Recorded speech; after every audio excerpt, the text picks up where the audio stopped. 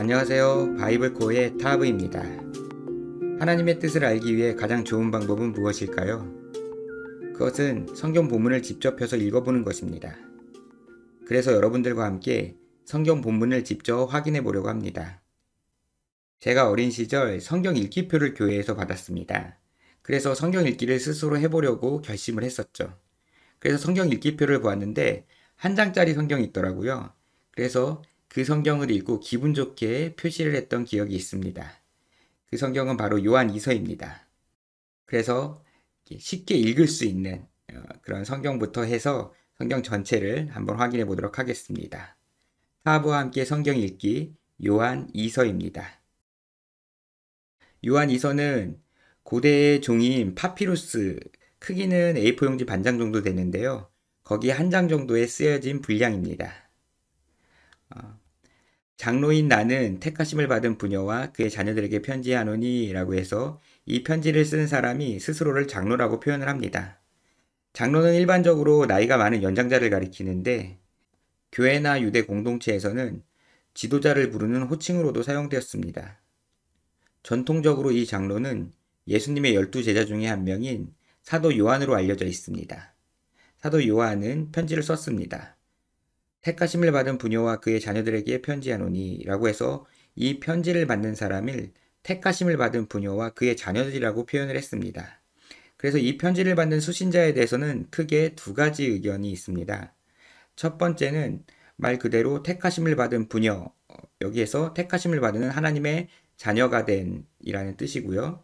그리고 부녀는 어떤 여인, 그리고 그의 자녀들이라고 하는 것 보니까 하나님의 백성이 된 하나님의 자녀인 어떤 가정에 편지를 쓴 것이다 라는 그런 견해가 있고요.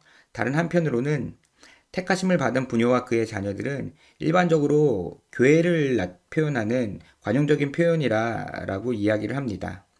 성경을 보면 예수 그리스도를 신랑으로 또 그의 몸된 교회를 신부로 표현하는 비유가 있습니다. 그것과 마찬가지로 택하심을 받은 부녀와 그의 자녀들은 교회를 가리키는다라고 가리키는 관용적인 표현이라고 생각을 하기도 합니다.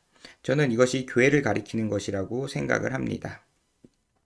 그것은 이 이후의 내용을 보면 교회에게 쓴 편지라고 여겨지는 내용들이 많이 있기 때문입니다. 계속 보겠습니다. 내가 참으로 사랑하는 자요 나뿐 아니라 진리를 아는 모든 자도 그리하는 것은 이라고 말합니다. 그래서 내가 장로가 참으로 진정으로 교회를 사랑한다. 당신을 사랑합니다. 나뿐만 아니라 진리를 알고 있는 모든 사람이라면 그러할 것입니다. 라고 이야기를 합니다. 2절 우리 안에 거하여 영원히 우리와 함께할 진리로 말미암음이로다 라고 말합니다.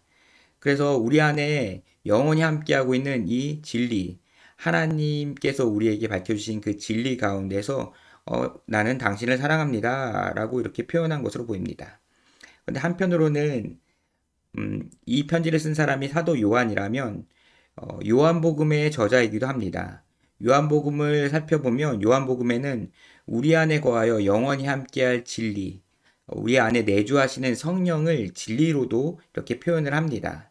그렇기 때문에 우리 안에 거하시는 성령을 통하여 우리가 서로 사랑한다라는 그런 의미도 내포하고 있는 것으로 보입니다. 3절입니다. 은혜와 긍휼과 평강이 하나님 아버지와 아버지의 아들 예수 그리스도께로부터 진리와 사랑 가운데서 우리와 함께 있으리라 라고 말합니다. 그래서 우리 안에 있는 은혜 그리고 불쌍히 여김을 받는 것 그 다음에 평화로운 모든 것이 하나님과 그의 아들인 예수 그리스도로부터 우리에게 진리와 사랑 가운데 함께하고 있다. 그래서 그 안에서 나는 당신을 사랑합니다 라고 이야기하고 있는 것이죠. 그러면서 4절에 너의 자녀 중에 우리가 아버지께 받은 계명대로 진리를 행하는 자를 내가 보니 심히 기쁘도다 라고 말합니다. 그래서 너의 자녀들 중에 그러니까 교회에 있는 성도들로 보입니다. 그래서 우리가 아버지께 받은 계명대로 진리를 행하는 자를 내가 보니 심히 기쁘도다 라고 해서 하나님 아버지의 그런 계명을 하나님의 말씀을 전해줬는데 그것대로 행하고 있으니 정말 잘하고 있다라고 격려를 하는 것이죠. 그리고 5절 부녀여 내가 이제 내게 구하노니 서로 사랑하자라고 말합니다. 부녀는 이 편지를 받는 이 여인을 가리키는 것이고 이 여인으로 비유되는 교회에게 말하는 것이죠. 내가 이제 내게 구하노니 서로 사랑하자.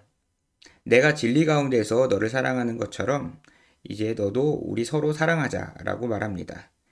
이는 새 계명같이 내게 쓰는 것이 아니요 처음부터 우리가 가진 것이라라고 말합니다.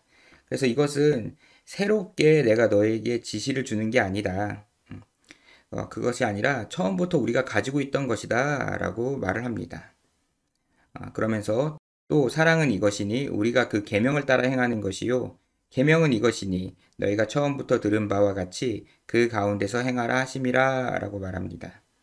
그래서 이 내용을 가만히 보면 장로가 복음을 전해서 하나님의 말씀을 가르쳐줘서 그것을 잘 따르는 그런 교회가 있었습니다. 그래서 그 교회에서 그 말씀에 따라서 잘 행하고 있었죠. 그런데 그것을 행하는 것의 궁극적인 것은 바로 사랑이라는 것입니다. 그래서 그것은 새로운 것이 아니고 내가 가르쳐준 하나님의 말씀, 우리가 전해준 하나님의 말씀을 잘 따라 행한다라는 것은 바로 그것이 우리가 서로 진정으로 사랑하는 것, 진리 가운데서 사랑하는 것이다 라고 설명을 해주고 있는 것이죠. 그런데 이것을 설명해 준 이유가 있습니다. 이것을 강조하는 이유는 바로 다음 절에서부터 나오는데요. 7절 미혹하는 자가 세상에 많이 나왔으니 이는 예수 그리스도께서 육체로 오심을 부인하는 자라. 이런 자가 미혹하는 자요 적 그리스도니 라고 말합니다. 개역개정 번역에는 이 왜냐하면이라는 내용이 없는데요. 헬라어 원문에는 이 왜냐하면이라는 접속사가 있습니다. 그러니까 앞에 있었던 1절부터 6절까지 있었던 이런 내용, 지금 장로가 이 교회에게 너희가 우리가 전해준 하나님의 말씀을 잘 따라 행하고 있어. 그리고 그것에 따라서 우리는 정말로 사랑의 관계로 나아가야 돼. 그것은 새로운 것은 아니고 내가 가르쳐 준 것을 잘 행한다면 그것이 우리가 서로 사랑하는 것이야. 라고 말하는데 왜냐하면 미혹하는 자, 속이는 자, 사기꾼이 세상에 많이 나왔기 때문이야. 라고 이야기를 하는 것입니다. 그 사기꾼은 예수 그리스도께서 육체로 오심을 부인하는 자라고 이야기를 합니다. 당시에는 영지주의라고 해서 영은 신성한 것이고 육은 부정한 것이라는 그런 사상을 가진 사람들이 있었습니다. 그래서 예수 그리스도께서 우리와 함께 하셨다라는 것에 대해서 어떻게 그 신성한 예수 그리스도께서 이 더러운 육체, 이 저급한 육체를 입고 이 땅에 올 수 있냐? 그렇지 않다. 우리가 본 예수님은 그냥 영적인 그런 존재였을 뿐이야. 라고 가르치는 사람들이 있었던 것입니다. 그래서 이런 자는 우리를 속이고 있는 것이다. 그리고 그것은 그리스도를 대적하는 것이다. 라고까지 강조해서 이야기를 합니다. 예수님께서 영으로만 이 땅에 오셨다라고 이야기를 하는 것은 심각한 문제가 있습니다. 왜냐하면 예수 그리스도께서 우리에게 행하신 그 십자가 대속의 은혜, 그 십자가의 대속 사건을 부정하는 그런 의미를 갖게 되거든요. 그렇기 때문에 말도 안 되는 이야기지요. 8절 보겠습니다. 너희는 스스로 삼가 우리가 일한 것을 잃지 말고 오직 온전한 상을 받으라 라고 말하며 우리가 전해준 그 말씀대로 잘 행하고 그 말씀을 잘 지켜서 하나님 앞에 온전한 그런 상급을 받기를 바란다 라고 이야기를 하고요. 9절 지나쳐서 그리스도의 교훈 안에 거하지 아니하는 자는 그래서 예수님께서 우리에게 전해주신 그 교훈을 지나쳐서 너무 과하게 그렇게 해석을 하는 사람은 다 하나님을 모시지 못하되 그러니까 하나님을 온전히 신앙하는 게 아니야. 교훈 안에 거하는 그 사람은 아버지의 아들을 모시느니라. 예수님의 교훈을 따르는 사람은 바로 하나님과 예수님을 바르게 신앙하는 것이야 라고 설명합니다. 10절 누구든지 이 교훈을 가지지 않고 너희에게 나아가거든 그를 집에 들이지도 말고 인사도 하지 말라 라고 말합니다. 그래서 예수님의 교훈, 예수님께서 우리에게 가르쳐 주신 그 내용이 아닌 내용으로 너에게 나아가는 사람이 있다면 그 사람을 받아들이지 말아라, 인사도 하지 말아라 라고 이야기를 합니다. 당시에는 순회 사역자들이 있었습니다. 그래서 하나님의 말씀을 전하는 그런 사역자가 오면 받아들이고 그에게 먹을 것을 제공해주고 또 하나님의 말씀을 배우고 또 그가 다음 전도지로 이렇게 이동할 수 있도록 배려하는 그런 문화가 있었습니다.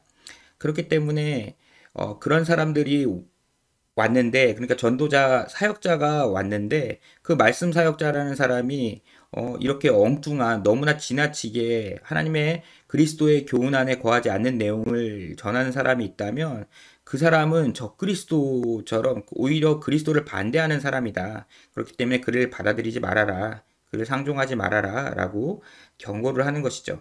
11절입니다.